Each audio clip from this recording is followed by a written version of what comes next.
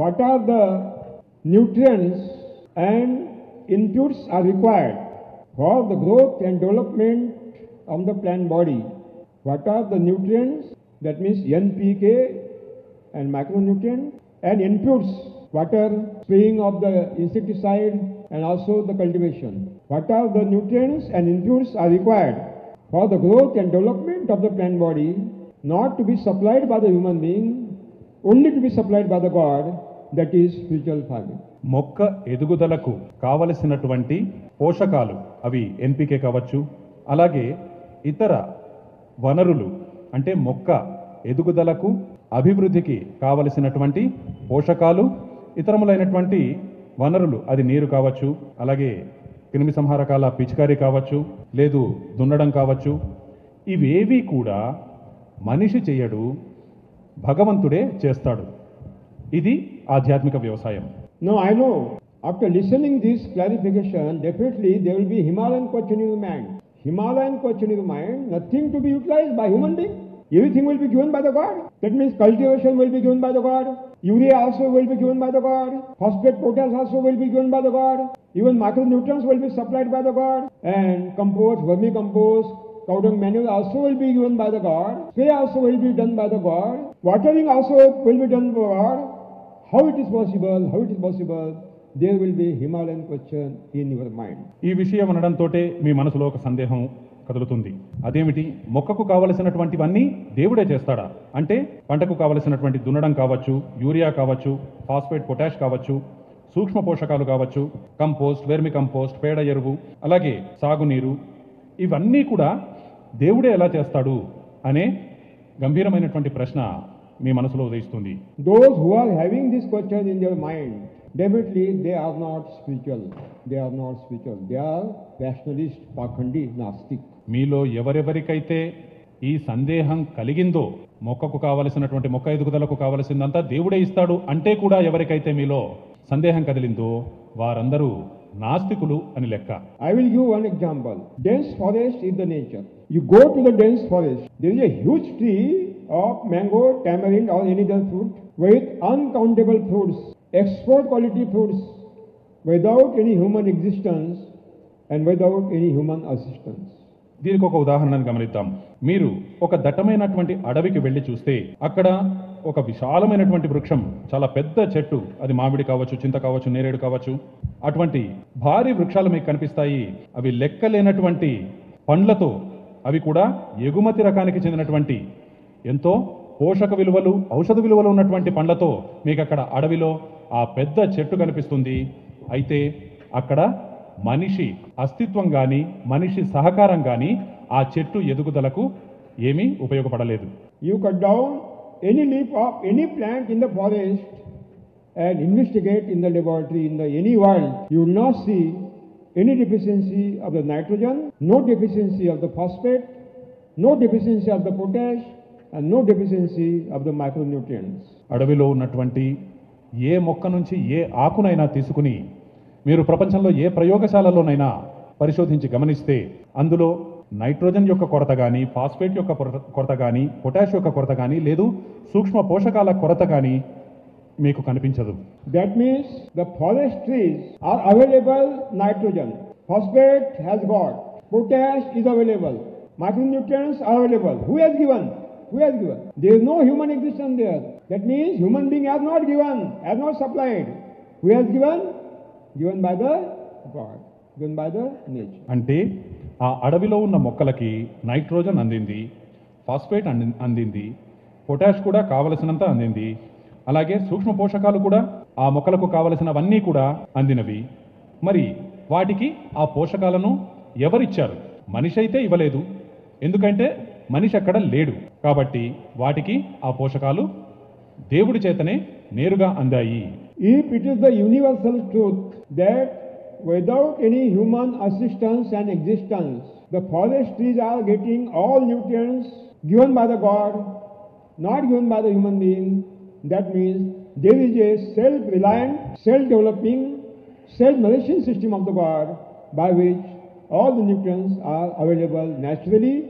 There is no any role of the human being in the growth and development of the plant body.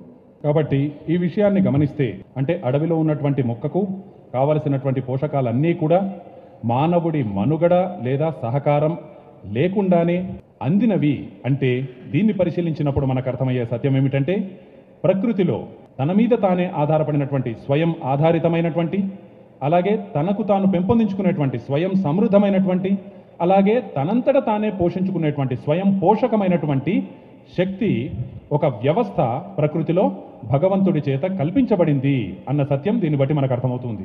There is no any contribution of the human being in the growth and development of the plant body. మొక్క శరీరం యొక్క ఎదుగుదలకు అభివృద్ధికి అక్కడ మనిషి సహకరించిందంటూ ఏమీ లేదు. Only natural system developed the plant. Only the system of the God developed the plant, and that system is self-reliant, self-developing and self-nourishing. కాబట్టి వాటికి ఒక ప్రకృతి సిద్ధమైనటువంటి వ్యవస్థయే వాటికి కావలసినటువంటి భగవంతుడి వ్యవస్థలోని ఒక ప్రకృతి సిద్ధమైనటువంటి సహజ సిద్ధమైనటువంటి వ్యవస్థ వల్లనే వాటికి కావలసినటువంటి పోషకాలన్నీ కూడా అందాయి. కాబట్టి ఈ ప్రకృతిలో సహజ సిద్ధంగానే స్వయం ఆధారితమైనటువంటి స్వయం సమృద్ధమైన స్వయం పోషకమైనటువంటి ఒక వ్యవస్థ దానంతటదే ఉంది అని మనం గుర్తించాలి. The human interference in the natural system, the human interference in the system of the God, and that is called technology. భగవంతుడి వ్యవస్థలో మానవుడు కలగజేసుకోవడం, మానవుడు తలదూర్చడం, దీన్నే సాంకేతికత అంటారు. So technology detaches the human being from the nature, from the God. That means technology is not spiritual. Technology is a challenge to the God. కాబట్టి సాంకేతికత అనేటువంటిది మనిషిని ప్రకృతి నుంచి దేవుడి నుంచి దూరం చేస్తుంది. కాబట్టి ప్రకృతి నుంచి దూరం కావడం, దేవుడి నుంచి దేవుడి వ్యవస్థ నుంచి దూరం కావడమే సాంకేతికత. కాబట్టి సాంకేతికత అనేది ఆధ్యాత్మికత కాదు. During my college life, I was working in tribal people. There was my project. What is the impact of ecosystem in the forest on the lifestyle of the tribal people? And that was my project. And during that project, I found that in the forest, there is no any existence of the human being. Also, dense forests are totally enriched by uncountable fruits without any human assistance and existence. నేను కళాశాలలో చదివే రోజుల్లో గిరిజనులపై ప్రకృతి వనరుల ప్రభావం అన్న అంశంపై పరిశోధించడానికి నేను అడవుల్లో సంచరించవలసి వచ్చింది. అప్పుడు పరిశీలించినటువంటి వాస్తవం ఏమిటంటే ఈ అడవుల్లో మానవుడి అస్తిత్వంతో సహకారంతో సంబంధం లేకుండానే ఎంతో పుష్కలమైనటువంటి లెక్కలేనటువంటి ఫలాలు కలిగినటువంటి వృక్షాలు ఉన్నాయి అన్న విషయాన్ని ప్రత్యక్షంగా చూడటం జరిగింది. In my college, university, my professors were teaching me that there is no any nutrient in the soil.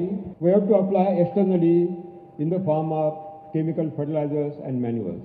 ఒక ప్రక్క కళాశాలలో మాకు విద్యను బోధించేటువంటి పెద్దలు నేలలో ఏ పోషక విలువలు ఉండవు, మనము నేలకు ఆ పోషకాలను బయటి నుంచి అందించాలి అని నాకు బోధిస్తూ ఉండేవారు.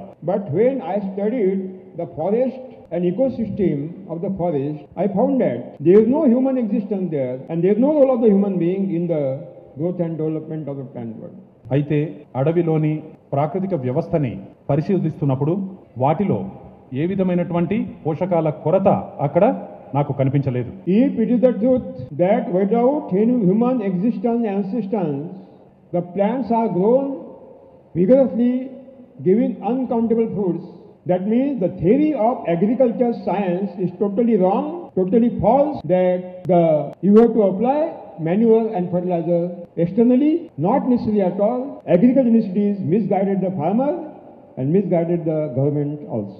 అక్కడ అడవిలో ఆ మొక్కలన్నీ కూడా ఎంతో పుష్కలంగా చక్కటి పళ్ళు ఫలాలతో అలరారుతూ ఉండడం చూసినప్పుడు ఈ మనకి బోధిస్తున్న వ్యవసాయ పరిజ్ఞానం, వ్యవసాయ విజ్ఞానం ఏదైతే బయట నుంచి భూమికి పోషకాలు అందించాలి అని చెబుతూ ఉందో ఆ విషయం పూర్తిగా తప్పుల తడకలు అని నాకు అర్థమైంది. If the agriculture universities are telling truth that there is no any nutrient in the soil where to apply externally in the form of the manure and fertilizer, I asked them why it is not necessary in the forest. They have no any answer. They have no any answer because they are cheating the nation that manure and fertilizer is a food of the root zone. Totally wrong. Totally wrong.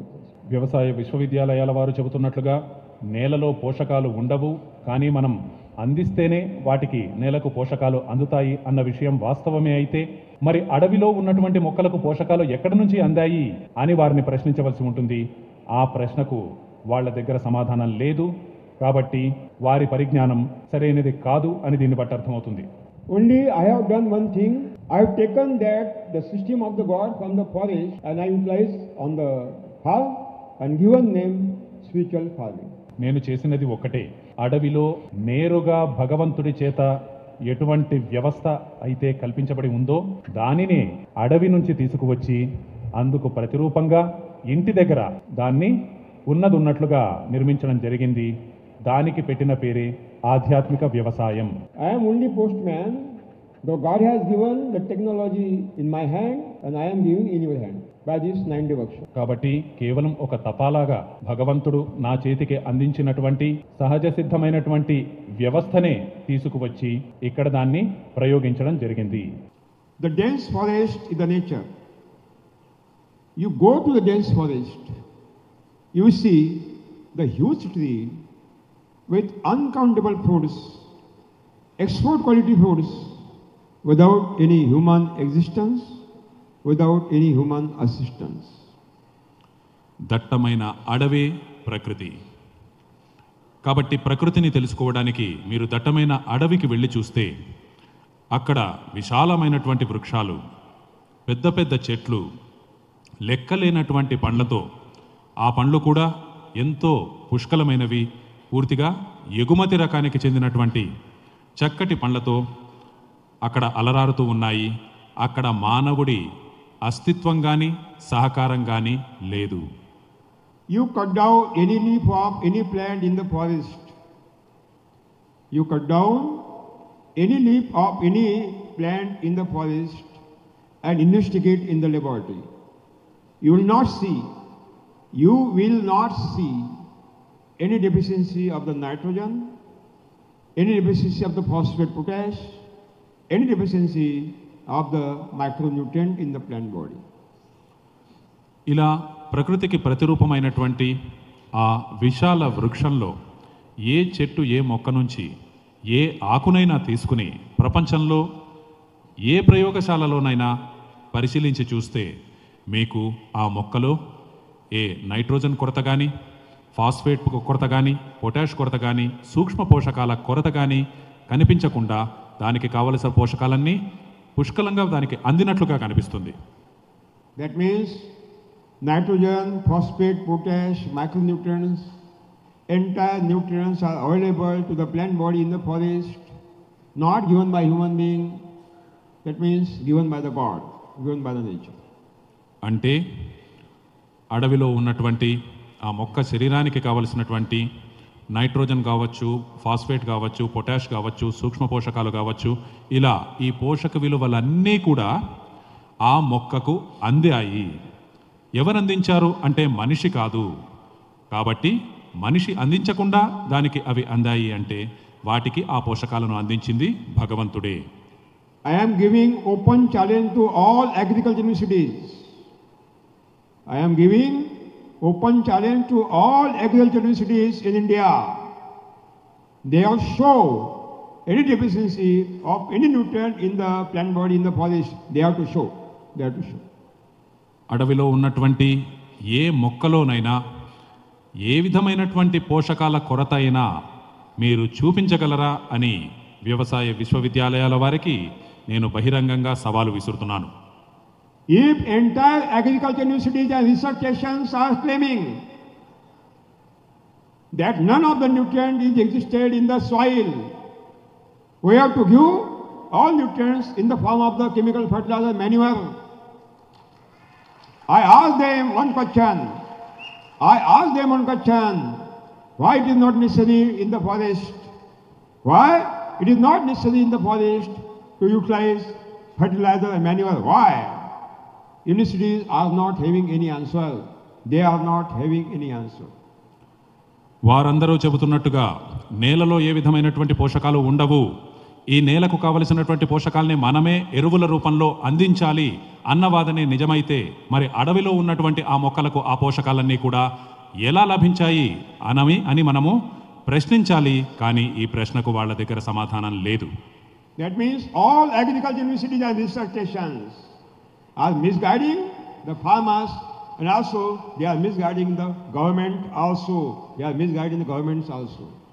కాబట్టి వారు రైతులను, ప్రభుత్వాలను కూడా తప్పుదోవ పట్టిస్తున్నాయని అర్థమవుతూ ఉంది. The huge tree of mango tamarind in the dense forest with uncountable fruits without any human assistance and existence. All nutrients are available, not given by human being, because there is no existence of human being in the dense forest, ultimately given by the God. కనుక మిత్రులారా, ఆ దట్టమైన అడవిలో ఉన్నటువంటి మామిడి కావచ్చు, చింత చెట్టు కావచ్చు, నేరేడు చెట్టు కావచ్చు, ఏదైనా కూడా ఆ చెట్టుకి పుష్కలంగా కాయలు, పండ్లు ఉన్నాయి. ఆ మొక్క శరీరంలో ఏ విధమైనటువంటి ఆ చెట్టుకి పోషకాల కొరత అనేటువంటిది ఏమాత్రం లేదు. కాబట్టి ఆ చెట్టుకు కావలసినటువంటి పోషకాలన్నీ కూడా ఎంత మోతాదులో అయితే కావాలో అంత మోతాదులో వాటికి అందినట్లు తెలుస్తూ ఉంది. మరి వాటిని అందించినది మనిషా అంటే మనిషి అక్కడ లేడు, కాబట్టి వాటికి మనిషి అందించలేదు అని అర్థమవుతూ ఉంది. మనిషి అందించకుండానే ఆ మొక్కకు, ఆ చెట్టుకు ఆ పోషకాలు అందాయి అంటే అలా అందించినది భగవంతుడే అని మనకు తెలుస్తూ ఉంది. All agriculture universities and research stations are claiming that water is required for the body of the plant. So you have to give the irrigation water, otherwise your plant will be dried, your crop will be dried. They are claiming. అలాగే వారు మీ మొక్క శరీరానికి నీరు కావాలి, కాబట్టి మీరు నీరు భారీ స్థాయిలో పొలానికి అందించకపోతే మొక్కలు చనిపోతాయి నీటి కొరత వల్ల అని చెబుతూ ఉంటారు. You go to the dense forest in summer, in May, in 48 degrees centigrade temperature also, you will not see any trace in the leaves of water. No trace, no leaves are drying with full greenery, uncountable fruits.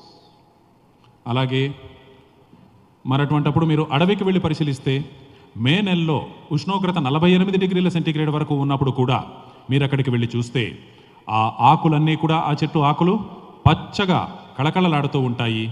ఏ ఆకులోనూ నీటి కొరత అనేటువంటిది కనిపించదు. There is no irrigation in the forest. There is no irrigation in the forest. Why there is no trace in the leaves? Why there is no trace in the leaves? I would like to ask this question to the agriculture universities. మరి అక్కడ అడవులకు సాగునీరు దున్ని సాగునీరు అందించడం అనే పని ఎవరూ చేయలేదు. అలా సాగునీటిని అందించకపోయినా కూడా మరి ఆ నీటి కొరత ఆ మొక్కలకు లేదు అంటే అందుకు కారణం ఏమిటి అని మనం వారిని ప్రశ్నించవలసి ఉంది. In severe drought, chemically grown crops are dried. Chemically orchards, plants are dried. But on the same time, on the burnt of that farm, the neem trees with full greenery, the mango trees with full greenery, without any trace, with uncountable fruit. Why? మీరు గమనిస్తే తీవ్ర కరువు పరిస్థితుల్లో రసాయన వ్యవసాయంలో పండించినటువంటి పంటలు ఎండిపోతూ ఉంటాయి, పండ్ల తోటలు ఎండిపోతూ ఉంటాయి. అదే సమయంలో అదే పొలం గట్టు మీద ఉన్నటువంటి వేప చెట్టు కావచ్చు, మామిడి చెట్టు కావచ్చు, అవి మాత్రం ఎండిపోవు, అవి మాత్రం చక్కగా పండ్లతో అలరారుతూ ఉంటాయి. మరి దీనికి కారణం ఏమిటి? That means the God has given the capacity to every plant to sustain in severe drought also. So the forest trees are alive, not dried in the dense, in the severe drought, but chemically grown crops are dried. దీన్ని బట్టి మనకు అర్థమవుతున్నది ఏమిటంటే భగవంతుడు ప్రతి మొక్కకి కూడా తీవ్రమైనటువంటి కరువు పరిస్థితుల్ని తట్టుకొని నిలబడగలిగే సామర్థ్యం ఇచ్చాడు. ప్రతి మొక్కలో ఆ సామర్థ్యం ఉంది కాబట్టి ఆ దట్టమైనటువంటి అడవులు ఎంత తీవ్ర కరువు పరిస్థితుల్లో అయినా కూడా ఎండిపోకుండా అలా ఉండగలిగాయి. కాబట్టి వాటికి ఉన్నటువంటి ఆ సామర్థ్యం సహజ సిద్ధమైంది. So the claim of agricultural cities, irrigation facilities should be done, it is totally wrong. It is totally wrong. They are misguiding the governments and they are misguiding the farmers also. Not necessarily irrigation facilities. The God has given enough quantity of the capacity to irrigate land to survive in drought condition also. కాబట్టి వారు చెబుతున్నట్లుగా ఆ వ్యవసాయ విశ్వవిద్యాలయాల వారు చెబుతున్నట్లుగా ఈ ప్రతి పొలానికి సాగునీటిని అందించడం తప్పనిసరి. సాగునీరు అందకపోతే మొక్కలు ఎండిపోతాయి అన్న విషయం వాస్తవం కాదు. ఎందుకంటే భగవంతుడు ప్రతి మొక్కకి కూడా ఈ కరువు పరిస్థితుల్ని తట్టుకొని నిలబడగలిగే సామర్థ్యాన్ని ఇచ్చాడు. You go to the dense forest. The agricultural universities claim the insects are attacked, diseases are coming. To cure the plant, you have to spray insecticide and fungicide. Otherwise, plants cannot be survived.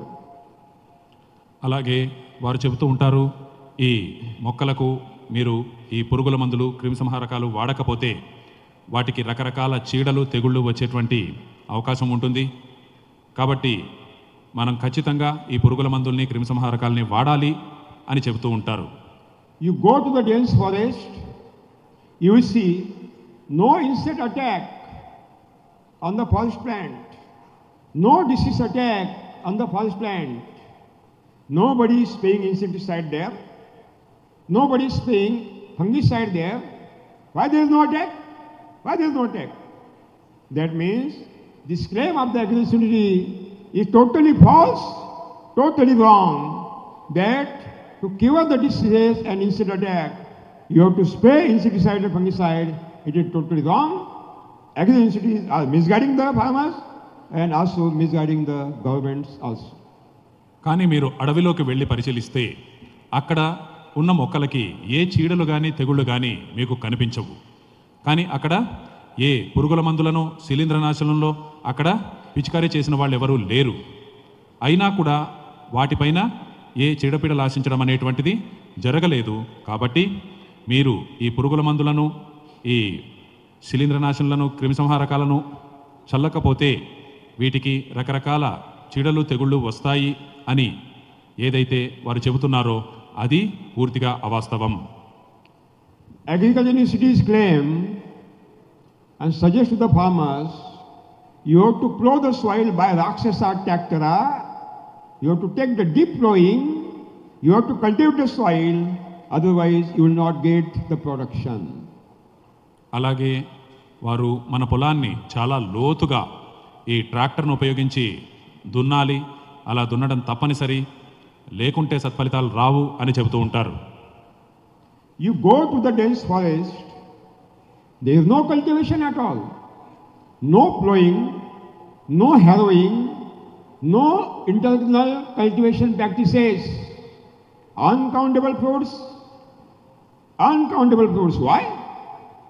If agriculture institutes claim without cultivation you will not get the fruit production, there is no cultivation in the forest. Why? The trees are with uncountable fruits. That means you have to do the cultivation. This claim is totally wrong. Agriculture institutes are misguiding the farmers, also they are misguiding the governments also. మీరు అడవికి వెళ్ళి చూస్తే అక్కడ ఎవరూ లోతుగా దున్నినటువంటి వాళ్ళు ఎవరూ లేరు. అక్కడ ఈ మానవుడి ప్రమేయమే లేదు. కాబట్టి అయినప్పటికీ అక్కడి చెట్లు చక్కగా పళ్ళతో నిండి కనిపిస్తాయి. కాబట్టి మీరు లోతుగా పొలాన్ని దున్ని ఈ మొక్కలను నాటితేనే మీకు చక్కటి ఫలాలు వస్తాయి అని ఏదైతే వారు చెబుతున్నారో అది వాస్తవం కాదు. అలా చెబుతూ వారు రైతులను ప్రభుత్వాలను కూడా తప్పుదోవ పట్టిస్తున్నారు. On the contrary, our experience is totally different. The number of bags is increasing every year per acre of urea, phosphate, potash, and number of production bags is decreasing continuously. అయితే మన అనుభవం పూర్తిగా అందుకు విరుద్ధంగా ఉంది. ప్రతి ఏడు మనము పొలానికి వేస్తున్నటువంటి ఈ ఎరువుల మోతాదు రాను రాను పెరుగుతూ ఉంది. యూరియా, ఫాస్ఫేట్, పొటాష్ల మోతాదు పెరుగుతూ ఉంది.